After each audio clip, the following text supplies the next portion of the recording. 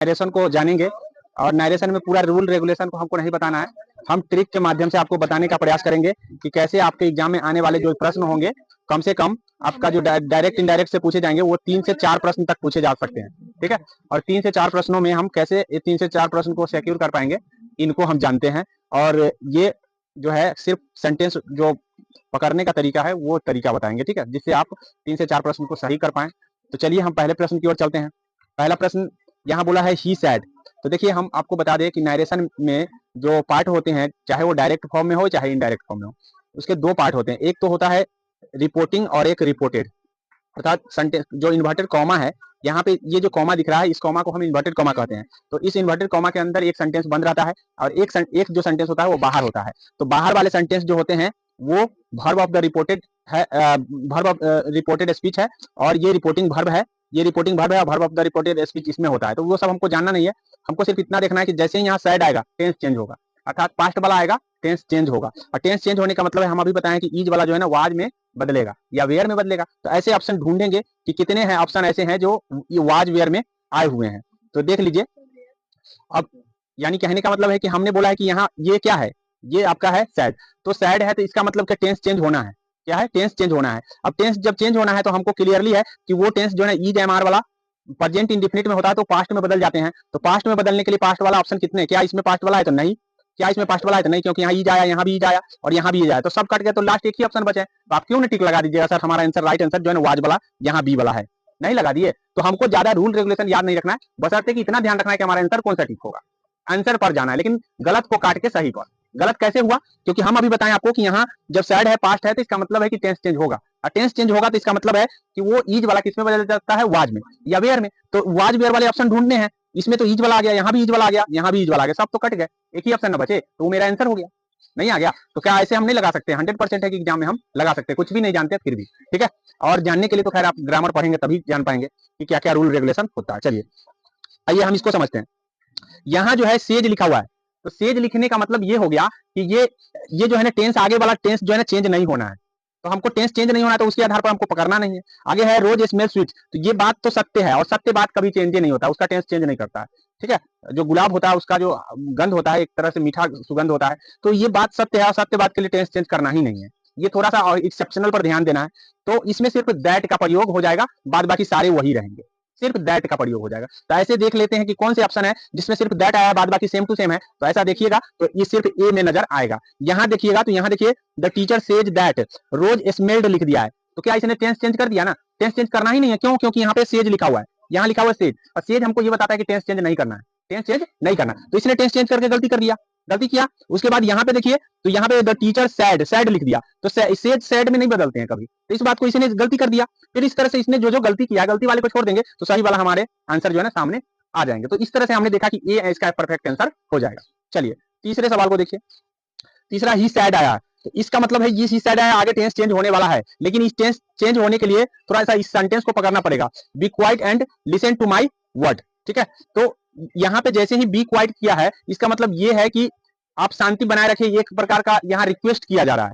तो रिक्वेस्ट करने के लिए अर्ज शब्द का प्रयोग होता है, याद रखिए कि कृपया शांति बनाए रखिए, ऐसा हम बोलते हैं कभी कभी सेंटेंस में। तो इसका मतलब हम आपसे क्या कर रहे हैं, कृपया बोल रहे हैं, इसका मतलब अर्ज कर रहे हैं, मतलब आपसे आग्रह कर रहे हैं। तो आग्रह कर रहे हैं तो ऐसे में हम अर्ज शब्द का यूज करते हैं। जैसे ये बी आ गया इसका मतलब हम समझ जाएंगे कि यहाँ बी से शुरुआत हुआ है, इसका मतलब कोई अर्जिंग किया जा रहा है, मतलब लोग से आग्रह किया जा रहा है, तो अर्ज वाला ही सही होगा। तो सैड वाला गलत हो गया, सैड वाला गलत हो गया। अब आपके पास दो अर्ज वाले हैं, दोनों को मिला लेना है, और सेंटेंस में कोई ज्यादा अगर किया होगा तो वो गलत हो जाएगा। याद रखिएगा बी क्वाइट से हमको ये पता चलता है कि उसमें दैट का प्रयोग नहीं करना है, उसमें टू का प्रयोग करना है, दैट का प्रयोग, क्योंकि जब हम आग्रह किसी से करते हैं, इंपरेटिव सेंटेंस किसी से बोलते हैं, तो आग्रह वाले सेंटेंस जितने भी इंपरेटिव सेंटेंस होंगे उनके लिए दैट शब्द का यूज होता ही नहीं है, टू का यूज होता है। क्या होता है, टू का। अब देख लेते हैं कि दोनों में टू लगा है या नहीं लगा है। तो ही अर्ज देम टू बी क्वाइट, यहाँ पे टू लगा है, क्या इसमें टू लगा है, नहीं लगा है, तो इसीलिए ये गलत हो गए, ये आंसर हो गए। तो ऐसे पहचानने होंगे। चलिए आइए हम आगे चलते हैं अगला देखिए, यहाँ सैड आया, तो सैड में हमने बोला क्या कि आगे टेंस चेंज होगा, आर वाला आया है तो वाज वेयर को ढूंढना है, क्या ढूंढना है, बोले ना वाज वेयर को ढूंढना है। ऐसे कितने ऑप्शन में आए हैं देख लेते हैं। तो यहाँ देखिए ईज आ गया, ये गलत हो गया, ईज आया देख लिए गलत हो गया। चलिए आगे, और यहाँ वाज वाला आया हुआ है, ठीक है। यहाँ देखिए इसमें देखिए तो राम इज इज यहाँ पे इज दे दिया, ये भी गलती कर दिया, ठीक है। और Ram said to Shyam as he was, एक वाज यहाँ है और एक वाज यहाँ है, दो सेंटेंस दिए गए हैं वो आज वाला, यही दोनों में से मेरा कोई आंसर हो सकता है, लेकिन अब दोनों को जज करना है। यहाँ राम आस्क लिखना है, याद रखिएगा जब यहाँ क्वेश्चन मार्क लगा है तो आस्क शब्द आता है, यहाँ क्वेश्चन मार्क लगा है, क्वेश्चन मार्क यहाँ लगा है ना, तो आस्क का यूज होता है इनडायरेक्ट में, तो आस्क शब्द किसमें लिखे हुए, एक ही में लिखे हुए, इसीलिए राइट आंसर हो जाएगा ए। जब भी क्वेश्चन मार्क आएगा तो वो आस्क आएगा ही आएगा, ठीक है, तो साइड वाला नहीं आएगा, ठीक है, ये साइड वाला आया हुआ है ना, इसीलिए राइट आंसर आपका कौन हो जाएगा, ए हो जाएगा, ये बी वाला, डी वाला नहीं होगा। तो इस तरह से हम पहचान पाएंगे क्या आर वेयर। हाँ चलिए अब यहाँ देखिए आर वेयर में चेंज होता है, यानी जरूरी नहीं कि आर वेयर में ही चेंज हो जाए, सब्जेक्ट के अकॉर्डिंग, यहाँ ही लगाया है ना, तो ही के साथ तो वेयर नहीं ना लगा सकते हैं, ठीक है, ही के साथ वेयर नहीं, यहाँ अगर यू होता तो हम वेयर लगाते ही लगाते हैं ना, तो सब्जेक्ट को भी तो देखना है, जब सब्जेक्ट चेंज होता है तो सब्जेक्ट को देखना है हमें। यहाँ देखिए यहाँ क्या कर रहा है, यू लिखा हुआ है, तो यू किसके अनुसार, श्याम के अनुसार चेंज हुआ, ऑब्जेक्ट के अनुसार, तो ऑब्जेक्ट के लिए ही शब्द का जब इसने यूज किया तो ही के साथ तो वाज लगेगा, वेयर तो लगेगा नहीं, इस बात को ध्यान रखना है, ठीक है, तो ये ध्यान रखना है। चलिए आगे देख लीजिए, he told the boy not to sit there, ठीक है, चूज द, यहाँ डायरेक्ट नरेशन बोला, इनडायरेक्ट नहीं बल्कि डायरेक्ट, ठीक है, यहाँ ये पहले हम बता रहे थे डायरेक्ट से इनडायरेक्ट, लेकिन ये ऑलरेडी इनडायरेक्ट दे दिया, बोला डायरेक्ट चुनिए, इन्वर्टेड कॉमा वाला चुनिए, तो यहाँ पे देखिए Ram told the boy not sit there, ठीक है। अब यहाँ इस ऑप्शन को जब देखिएगा तो यहाँ देखिए डोंट लिखा हुआ है, डिडंट लिखा हुआ है, डिडंट लिखा हुआ है, डजंट लिखा हुआ है, ठीक है, तो ये सारे चीजें हैं जो दिए गए हैं। अब यहाँ ये पास्ट में दिया गया है, ठीक है, क्या दिया है, पास्ट में, तो ये पास्ट जो बना होगा प्रेजेंट से बना होगा, इनडायरेक्ट जो है ना पास्ट जो बना है वो प्रेजेंट से बना होगा, तो प्रेजेंट से बना होगा तो इसका मतलब क्या हो गया कि उसमें डिडंट वाला नहीं आएगा, क्योंकि ऑलरेडी डायरेक्ट में अगर प्रेजेंट होता है तो इनडायरेक्ट में पास्ट होता है ना, तो ये ऑलरेडी यहाँ पास्ट में दिया है, अब पास्ट में दिया है तो हम प्रेजेंट वाले को ढूंढेंगे, प्रेजेंट वाले कितने ऑप्शन है, डज का प्रयोग हम प्रेजेंट में करते हैं और डू का प्रयोग प्रेजेंट में करते हैं, डिड का प्रयोग नहीं करते हैं, तो दो ऑप्शन तो आपको ऐसे ही कट गए। अब आपके पास दो ऑप्शन है, एक ऑप्शन है doesn't sit there he said the boy, यहाँ है डोंट सिट देयर, ठीक है, ही सैड द बॉय, तो हम ज्यादातर डजंट, देखिए डजंट का नहीं बल्कि डोंट का प्रयोग करते हैं, कभी भी इंपेरेटिव सेंटेंस में ज्यादातर डोंट का ही प्रयोग किया जाता है, तो इस तरह से आपको यहाँ पे ये डी वाला ऑप्शन सही हो जाएगा, ठीक है, डजंट यहाँ, क्योंकि यहाँ कोई ऐसा चीज नहीं दिख रहा है जिसे हमको डज का प्रयोग करने में मिले, तो राइट आंसर यहाँ पर हो जाएगा आपका D.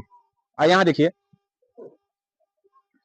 He said to me will you, अब यहाँ पे फ्यूचर में दे दिया, तो फ्यूचर वाला कैसे चेंज होगा, थोड़ा सा हम आपको बताना भूल गए, मतलब ये अभी बता दे रहे हैं कि जब भी विल आता है तो विल वुड में बदल जाता है, इस बात को ध्यान रखिएगा, विल शब्द किस में बदल जाएगा ये आप नोट कर लीजिएगा, विल जो है ना वुड में बदल जाता है, ठीक है, इस बात को नोट कर लीजिएगा कि विल किस में बदलेगा, वुड में बढ़ेगा, ठीक है, सैल शुड में बदल जाता है, ठीक है, सैल शब्द जो होगा वो शुड में बदल जाएगा, ठीक है, इस बात को ध्यान रखिएगा, विल वुड या शुड ये दोनों शब्द हैं जो सब्जेक्ट के अकॉर्डिंग मतलब लिखे जाते हैं।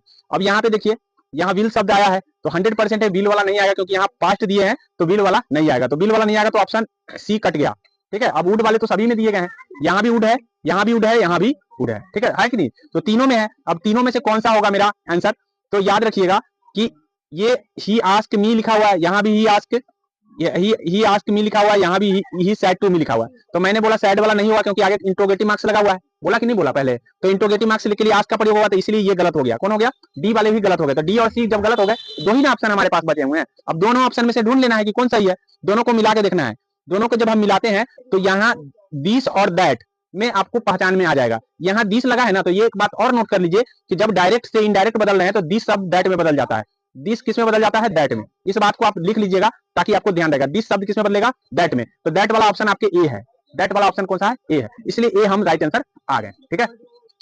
हाँ यानी सब कुछ सेम रहने के बाद भी हम एक चीज आपको गौर करा दे रहे हैं कि यहाँ दिस लगा हुआ है, तो कभी भी दिस लगा है तो इनडायरेक्ट में दिस नहीं आएगा, दैट आएगा, बस सिंपल सी बात है। तो जो चीज हम इजी से पहचान सकते हैं उसी पर हमको फोकस करना है, और चीज पर नहीं, हम जिसे इजी से पहचान सकते हैं उस पर फोकस करना है। हम इजी से पहचान सकते हैं कि दिस शब्द दैट में बदलेगा, अब ये दोनों ऑप्शन में हमको दिस दैट दिख रहा है, एक में दिस दिख रहा है, एक में दैट, तो दिस तो होगा नहीं क्योंकि इनडायरेक्ट जब चेंज होता है तो दिस नहीं होता है, दैट होता है, तो दैट वाले ऑप्शन ए है, ए आंसर हो गया। तो इस तरह से आपने देखा छठा सवाल। अब आगे देखिए, यहाँ देखिए टोल्ड मी दिया हुआ है, आर यू हंग्री, तो आस्क तो आएगा ही आएगा, आस्क तो आएंगे ही आएंगे, और आस्क के आने के बाद भी जब वो सेंटेंस सही ना हो तो क्वेश्चन की मतलब क्वेश्चन करने का मतलब आस्क करना होता है, दोनों सेम होता है, इस बात को ध्यान रख लीजिए, क्वेश्चन करना और आस्क करना दोनों सेम चीज होते हैं। हम आपसे पूछ रहे हैं तो क्वेश्चन ही ना करेंगे जी, तो क्वेश्चन करना, अगर वो आस्क वाले में सही नहीं दिया हुआ है, मतलब यहाँ पे दिया है he asked me I was hungry, और यहाँ पे दिया है ही क्वेश्चन मी अबाउट माई, ठीक है, अबाउट माई हंग्री।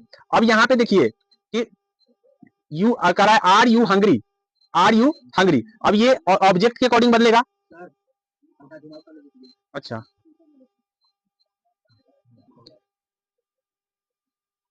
देखिए ये क्वेश्चन मी लिखा हुआ है और ही आस्क मी लिखा हुआ है। अब यहाँ पे देख लीजिए कि क्वेश्चन भी आ सकते हैं, लेकिन ये क्या किया है कि इसने इफ का शब्द का प्रयोग नहीं किया, क्योंकि यहाँ यस नो क्वेश्चन है और इफ शब्द का प्रयोग किया ही नहीं है। तो इफ शब्द का प्रयोग 100% होता है, इफ या वेदर दो चीज का यूज होता है, या तो इफ प्रयोग कर सकते हैं या वेदर प्रयोग कर सकते हैं। तो वेदर नहीं है तो इफ आना ही चाहिए था, इफ इसमें नहीं आया इसलिए ये डी गलत हो गया। तो राइट आंसर कौन सा हो जाएगा? आस्क वाला हो जाएगा, सिंपल है, आस्क वाला हो जाएंगे। आगे समझ में, चलिए आगे देखिए, he is playing tennis sad Rita. तो ईज वाला है तो वाज वेयर वाले हम ढूंढेंगे बस ऑप्शन में। देखिए ढूंढिए कौन सा होना चाहिए, आप ही लोग ढूंढ लीजिए। वाज वाले कितने ऑप्शन है? ठीक है, बी में, इसमें वाज आया है, क्या इसमें आया है? नहीं। क्या इसमें आया है? क्या इसमें आया है? बस एक ही ऑप्शन है। आंसर ढूंढ लिए कि नहीं ढूंढ लिए? तो क्या एग्जाम में नहीं ढूंढ पाएंगे? नहीं, एग्जाम में ढूंढने से पहले हम आपको ढूंढ पाएंगे कहाँ? मॉडल सेट में। अच्छा मॉडल सेट में क्लियर हो जाएगा तो आप खुद एग्जाम में कर पाएंगे। ठीक है, चलिए आगे देखिए 9 नंबर देखिए सवाल। 9 नंबर है Shyam ask her if she was ill. अब यहाँ पे देखिए ये ऑलरेडी इनडायरेक्ट दे दिया है, डायरेक्ट नहीं दिया। इफ आ गया इसका मतलब इनडायरेक्ट है। अब इनडायरेक्ट है तो डायरेक्ट हमको ढूंढना है। यहाँ लिखिए, लिखा हुआ है कि आप डायरेक्ट ढूंढिए। हमने अभी बताया इफ कहाँ आते हैं? जहाँ यस नो क्वेश्चन होता है। क्या होता है? तो इन्वर्टेड कॉमा के अंदर कहाँ पर यस नो क्वेश्चन है ये देखना है। क्या यहाँ पे यस नो क्वेश्चन आया है इन्वर्टेड कॉमा के अंदर? नहीं, नहीं आया, यस नो क्वेश्चन नहीं आया। यस नो क्वेश्चन का मतलब है ऑक्सिलरी वर्ब से शुरू होना चाहिए। किस वर्ब से? ऑक्सिलरी वर्ब से। लेकिन वहां यहाँ वाज आया हुआ है तो वाज वाला ईज एम आर करके आते हैं। क्या आते हैं? ईज एम आर करके आते हैं। तो उसी में से कोई होगा, या तो ईज वाला आएगा नहीं तो आर वाला आएगा, यही ना आएगा। तो ऑप्शन ऐसे कितने हैं जो यस नो क्वेश्चन है? यहाँ तो वाज वाला आ गया तो ये गलत हो गया, क्योंकि वाज वाला तो आएगा नहीं। तो अब आपके पास ये है और ये है, दोनों में से चुनना है, ईज वाला आएगा या आर वाला आएगा। तो अब हम यहाँ देखेंगे कि यहाँ लिखा हुआ है सी। क्या लिखा हुआ है? सी। और सी जो है ना किसके अकॉर्डिंग चेंज होता है? इसके अकॉर्डिंग, हर के अकॉर्डिंग चेंज होता है। क्योंकि सी जो है शब्द आया है वो किसके लिए? हर के लिए लिखा गया होगा। तो हर के लिए लिखा गया तो यहाँ दिया है श्याम सैड टू हर। ठीक है, आर यू इल, और यहाँ लिखा है Shyam said to her is she ill. अब यहाँ पे ध्यान देने वाली बात है कि ऑब्जेक्ट के अनुसार कौन चेंज होता है? फर्स्ट पर्सन की सेकंड पर्सन की थर्ड पर्सन? बताइए। Second person. सेकंड पर्सन किसमें? इसी में ना है। तो हर के अकॉर्डिंग जब चेंज करके यहाँ सी लिखा है इसका मतलब सेकंड पर्सन आना चाहिए। तो सेकंड पर्सन वाला कौन है? सी है कि नहीं है? सेकंड पर्सन वाला आ गया सी। आगे समझ में नहीं आएगा तो 2-3 बार देखिए आ जाएगा। 100% इसको चुनने का प्रयास करेंगे। देखिए ज्यादा समझ में हमको बताने से नहीं आता है, ज्यादा हमको करने से आता है। काम जो कीजिएगा वो उसमें ज्यादा समझ में आता है। अभी तो थोड़ा बहुत आएगा, लेकिन जैसे ही आप काम करने चलेंगे 1-2 बार फेल होंगे तब जाकर के प्रैक्टिकली जो है आप क्लियर हो पाएंगे, नहीं तो अभी क्लियर नहीं होगा। लेकिन हमने एक शॉर्ट तरीका बताने का प्रयास किया है, मतलब यहाँ पे, और ये तरीके अगर आप 1-2 बार फॉलो करते हैं तो 100% है कि आप सक्सेसफुल हो जाएंगे। ठीक है, और ऐसे हमने आजमाया है, बहुत सारे बच्चे पर प्रयोग भी किया है, वह सफल भी हुआ है। ऐसा बात नहीं है कि नहीं है। ठीक है, इसलिए आप ये थॉट जान लीजिए कि अगर आप करेंगे तो 100% है कि सफल भी रहेंगे, करना पड़ेगा लेकिन। ठीक है, यहाँ देखिए, यहाँ देखिए आस्क मी ऑलरेडी आ गया है। ठीक है, ऑलरेडी आस्क मी आया है और यहाँ क्वेश्चन क्या? यस नो क्वेश्चन है। तो यस नो क्वेश्चन है तो आस्क तो आएगा ही आएगा। क्या आएगा? आस्क। तो आस्क वाले कितने ऑप्शन? इसमें नहीं है, इसमें नहीं है, दोनों कट गए। अब यहाँ पे 2 ऑप्शन है, he ask if I was going और ही आस्क मी। तो क्या आस्क मी नहीं आएगा? मी तो यहाँ दिया है तो मी तो आना तय है, और इसमें आस्क के बाद मी नहीं दिया है तो गलत हो गया ना। हाँ, सीधे आस्क दिया तो राइट आंसर कौन सा हो जाएगा? ए। चलिए आगे देखिए, Ram propose that we should be partners again. ठीक है, तो यहाँ पे देख लीजिए we should be partner again लिखा हुआ है। यहाँ क्या चुनने को कहा है? बोला है कि indirect change into the suitable indirect narration. Indirect नहीं, यहाँ पे डायरेक्ट नरेशन होगा, गलत दे दिया। ठीक है, डायरेक्ट नरेशन होगा क्योंकि यहाँ इन्वर्टेड कॉमा वाला ढूंढना है। तो इन्वर्टेड कॉमा वाला जो होता है वो डायरेक्ट में होता है, और जब दैट वाला होता है वो इनडायरेक्ट में होता है। तो यहाँ पे इनडायरेक्ट नहीं बल्कि डायरेक्ट नरेशन को चुनना है। अब यहाँ पे देखिए, ये Ram propose that Ram said to me लिखा हुआ है, राम सेड टू मी लिखा हुआ है, राम सेड टू मी और राम सेड टू मी। इससे हम नहीं पकड़ पाएंगे कि कौन, सब में बराबर लिखा हुआ है। अब सब में जब बराबर लिख दिया है तो याद रखिएगा यहाँ पे क्या क्या राम प्रपोज कर रहा है, क्या कर रहा है? प्रपोज। तो जरूर है कि वो इंपरेटिव सेंटेंस बोलता होगा, किसी को मतलब या तो वो सलाह देता होगा, या तो वो आग्रह करता होगा, या तो वो रिक्वेस्ट करता होगा। इंपरेटिव सेंटेंस में ही ऐसे प्रपोज किए जाते हैं ज्यादातर। तो ये ध्यान रखिए, इस शब्द से हमको पता चलता है कि इंपरेटिव सेंटेंस होना चाहिए, और इंपरेटिव सेंटेंस ज्यादातर लेट से शुरू होता है, इस बात को ध्यान रखिएगा, लेट से। तो लेट वाली ये वाला ऑप्शन आपका कट गया। ठीक है, अब लेट के बाद एक चीज याद रखिए, लेट के बाद अगर आपको खाली भरना होगा ना तो 100% ऑब्जेक्टिव फॉर्म को भरिएगा। किसको भरिएगा? ऑब्जेक्टिव। ऑब्जेक्टिव में बी को अस बोलते हैं। क्या बोलते हैं? अस। तो अस वाले कितने ऑप्शन है? ये वाला कट गया।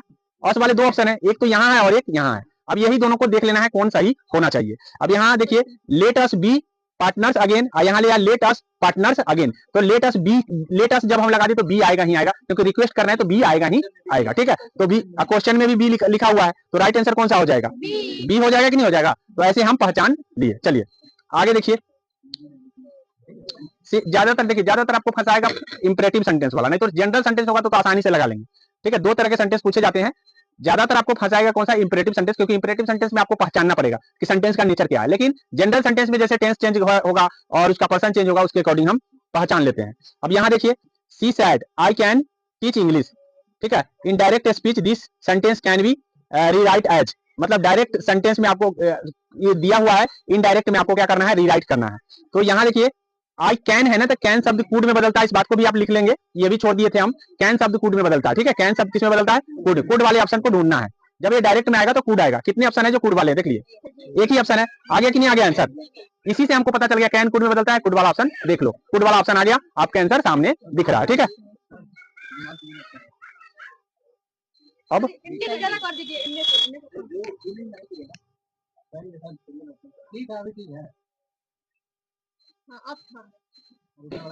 नहीं कटेगा, चलो क्लियर हो गया। चलो, तो ये यहाँ पे 12 समझ गया।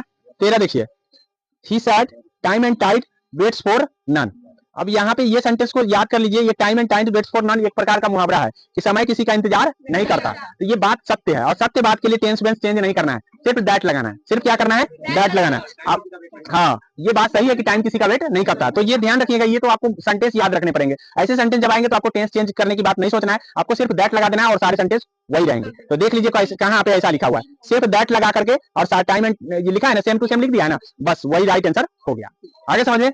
चलिए, यहां देखिए, he said to me you must work hard, यहां सलाह दे रहा है। तो यहाँ पे कौन से सेंटेंस होने चाहिए, यहाँ देखिए, मस्ट शब्द जो है ना, ये मस्ट आया हुआ है, तो मस्ट मस्टे में रहेगा, क्योंकि मस्ट चेंज नहीं होता, इस बात को ध्यान रखना है। तो ऐसे ऐसे सेंटेंस देखिए, सिर्फ ये सैड शब्द टोल्ड में बदल जाएगा। टोल्ड, ये बात भी आप लिख लेंगे कि सैड जो है ज्यादातर टोल्ड में बदलते हैं, कब, जब यहाँ ऑब्जेक्ट दिया हुआ रहेगा तब। यहाँ मी नहीं रहेगा तो सैड का सैडे लिखा था, लेकिन मी दे दिया है तो टोल्ड लिखाएगा, टोल्ड, इस बात को ध्यान रखिएगा। और टेल शब्द भी टोल्ड में लिखा था, इस बात को ध्यान रखिए, टेल को भी हम टोल्ड में बदलते हैं और सैड को भी हम टोल्डे में बदलते हैं। तो यहाँ पे देख लीजिए, इसमें तो यहाँ सी टोल्ड मी लिखा हुआ है, सी टोल्ड मी लिखा हुआ है, सी टोल्ड मी लिखा हुआ है और सी टोल्ड मी, तो इससे तो हमको पहचान नहीं आया कि कौन सही है कौन गलत है। तो यहाँ के आगे हमको देखना है कि यहाँ देखिए, ये सेंटेंस गलत हो गए क्योंकि इसमें दैट का प्रयोग नहीं किया। तो अब 3 ऑप्शन बच गए हमारे पास। ठीक है, यहाँ दैट दिया, यहाँ भी दैट दिया, इसमें भी दैट नहीं दिया, ये भी कट गया। अब 2 ऑप्शन बचे हुए हैं, आई मस्ट होगा या यू मस्ट होगा। तो हमने बोला कि सेकंड पर्सन किसके अकॉर्डिंग, मी के अकॉर्डिंग चेंज होगा, किसके अकॉर्डिंग, तो मी का आई बनता है ना, तो आई वाला सही हो गया कि नहीं हो गया। तो इस तरह से हमको ध्यान रखना है कि हमको ये सब्जेक्ट पर भी थोड़ा गौर कर लेना है कि यहाँ सेकंड पर्सन है तो इसके अकॉर्डिंग चेंज होगा, किसके अकॉर्डिंग। लेकिन अगर यहाँ फर्स्ट पर्सन होता तो सी के अकॉर्डिंग चेंज होता, किसके अकॉर्डिंग, सी के। तो सी के अकॉर्डिंग सी लिखा था, वहां पे क्या लिखा था, सी। इस बात को ध्यान, यहाँ अगर आई लिखा हुआ रहता तो यहाँ सी लिखा है तो यहाँ सी लिखा था, इस बात को ध्यान रखना है। ठीक है, चलिए, तो अब आगे देख लेते हैं, थोड़ा लास्ट है आपको, ये देख लीजिए क्या कहा है, he said birds of the same feather flock together. ठीक है, ये मुहावरा लिखा हुआ है। ठीक है, ये मुहावरा लिखा हुआ है, मुहावरा चेंज होते नहीं है ज्यादातर, मुहावरा चेंज होते नहीं है, मैंने बताया। ठीक है, तो डायरेक्ट साइड के बाद दैट लिखाएगा, दैट के बाद सारा वही चीज लिखा जाएगा। ऐसा किस ऑप्शन में, एक ही ऑप्शन में, ए में, ऐसा एक ही ऑप्शन में है क्योंकि ये मुहावरा है। बोला है birds of the same feather flock together, मतलब अपना समूह, कोई व्यक्ति अपना समूह ही ढूंढता है, ऐसा बताया गया है। इसका मतलब हुआ कि चोर चोर के पास ही जाता है और साध साध के पास ही जाता है, ऐसे मुहावरे में बोला जाता है। तो ये ध्यान रखिएगा, ये एक सत्य बात है और सत्य बात के लिए क्या हो जाएगा, सेम टू सेम लिखा जाता है। तो आशा करते हैं इस बात को आप समझ गए होंगे। मॉडल सेट बना करके आप अपने प्रैक्टिस को जो है ना आगे बढ़ाने का प्रयास करेंगे, लेकिन हम 1-2 टेस्ट जो है ना इससे लेंगे। ठीक है, अब हम अनाउंस करेंगे, अभी तो नहीं बताएंगे।